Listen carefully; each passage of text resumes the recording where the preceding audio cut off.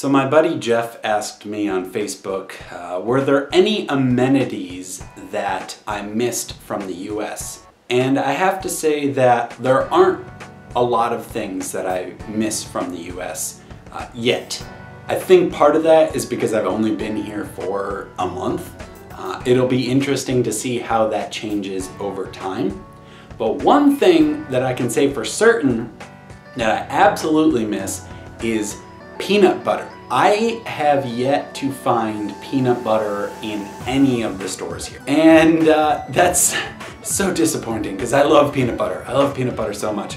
I will say, however, that I found this in the store the other day.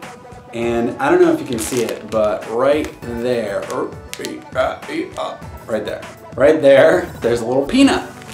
So I saw this and I'm thinking to myself, like, yes, this is a pre-made peanut butter sandwich. This is gonna be awesome. So I bought three of these. Open Samu. So I bought 3 of these things thinking that it was gonna be a peanut butter sandwich. First of all, if this isn't the daintiest looking sandwich thing ever, I don't know what is. I took a bite out of this thing the first time, and it's not really peanut butter. In fact, it kind of tastes like peanut butter and fluff, but like Jif peanut butter. And I usually like the natural peanut butter. I'm a total peanut butter snob. Let's just be real. When you're expecting peanut butter, it's just the biggest tease in the world. That's definitely one thing that I miss from America. Nom nom nom, all my videos are about food, 'cause I'm a fat kid. Another thing that's a little strange for me is the coffee situation here. Japanese people genuinely seem to like coffee. There's coffee all over the place. It's in vending machines, there's cafes, you can find coffee at the grocery store.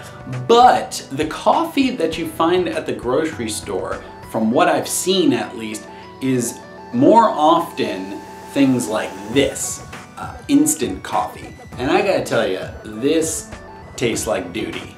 But it seems that the instant coffee is way more prevalent than pre-ground or whole bean coffee that you would put in a coffee maker. So the instant coffee, definitely a thing. It's in my schools. My schools have instant coffee and tea instead of a coffee pot. I really enjoy the coffee out of the vending machines and stuff like that, and you can get bottles of coffee at the grocery store, but it's a little bit more expensive than the instant coffee, so as a matter of economics, I kind of go with the instant coffee. But I miss the brands back in America that I'm used to, and I miss making coffee the way that I'm used to, which is to make a giant pot of coffee. Although, that being said, it is easier to sort of moderate your caffeine intake given that you can make 1 cup at a time. Another thing that I sort of miss is recognizing brands of household goods. We're talking toothpaste, cleaning supplies, even things like paper towels and toilet paper. But when I go to the grocery store or I go to a convenience store, I walk in the aisles and I don't recognize most of the brands there. It can be a little unnerving because you have no basis for comparison. You don't know if this is good, you don't know if that's good. You just kind of know the price. With brands, there's a certain expectation of maybe not quality, but consistency. You know what Coke tastes like, you know what to expect from, Arm & Hammer toothpaste. That sort of consistency is really the power of brands. They're recognizable. You know that if you buy this, it's gonna be the same thing as every other time that you've gotten it. Now, I like to buy generic stuff back in the US. It's cheaper, and you can look at the active ingredients on like cold medicine or something and see that it's the exact same thing as the branded thing.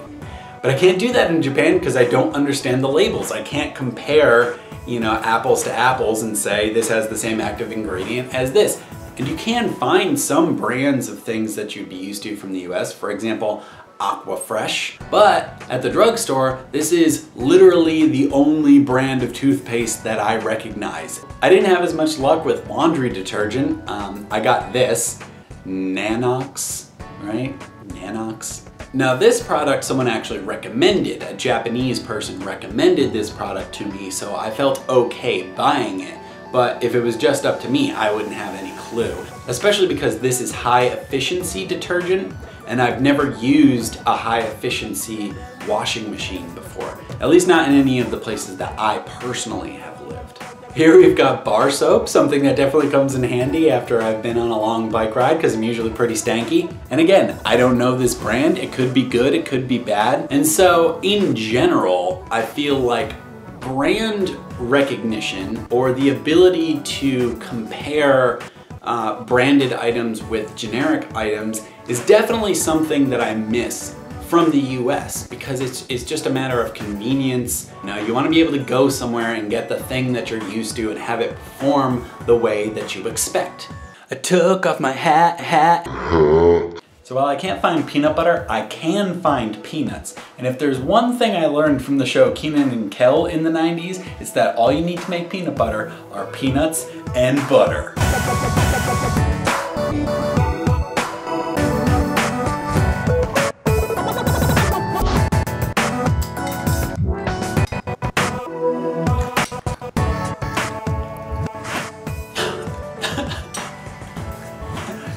It's just not the same. Why?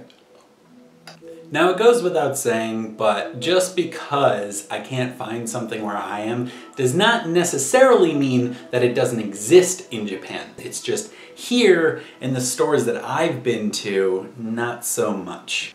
One thing I was asked about specifically was the availability of soda. I didn't drink a lot of soda in the US, but when I did, it was usually Coke Zero. Around here where I live, you can find Coke, Coke Zero, and Coke Life in almost every store. You can also find Pepsi in some stores, but I haven't seen Diet Coke or Diet Pepsi in any of the stores around here. I've only seen Dr. Pepper in vending machines, so while it does exist, it's not widely available from what I can tell. That being said, there are a lot of other options in the form of Japanese beverages. One unique Japanese soda here is Metz. Now this is made by Kirin, the same company that brews Kirin beer. And honestly, to me, it tastes almost indistinguishable from Pepsi. For exciting times, make it Metz times. And I just noticed that right here on the bottle, it says Kalori Zero, which I'm assuming means 0 calorie. It says it right there! Another soda product that you can get here that at least I've never seen in the United States is this. And I happen to think that this is actually better than the Canada Dry I've had in the United States. It's also worth mentioning that neither of these products is particularly expensive. Sodas here are not any more expensive than you would find in the United States. I believe the Metz was on sale for 85 yen plus tax. So that's less than $1. Normally it's about 100, 110, 120 yen. This is 1.5 liters of soda, and that only cost 189 yen plus tax. So still less than $2. One last thing I'd like to point out is that the labels on these sodas, and indeed the labels on pretty much everything here in Japan, are designed to be taken off very easily. Right here, can you see that? There's a little perforated edge here, right? And that's so that you can take the label off, like so. The reason why you have to take the label off is because of the Japanese trash and recycling system. There's a lot more sorting than in America. And so basically the bottle is recyclable, but the label isn't. That's what it seems like to me, at least. The trash and recycling system definitely deserves its own video, so hopefully I can touch upon that sometime in the future. Doesn't sound exciting, but seriously, it is. Anyway, I'm gonna finish this and take a shower because I smell. So, I'll talk to you guys later. Bye-bye!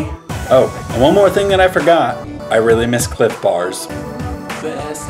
part of waking up. About to make peanut butter. I got my butter and I got my peanuts. Yeah. This is really stupid. Everything is cool when you're on a bike. It's way too many peanuts. Way too many. I can't waste that many. Just all the sugar and carbs. Love it.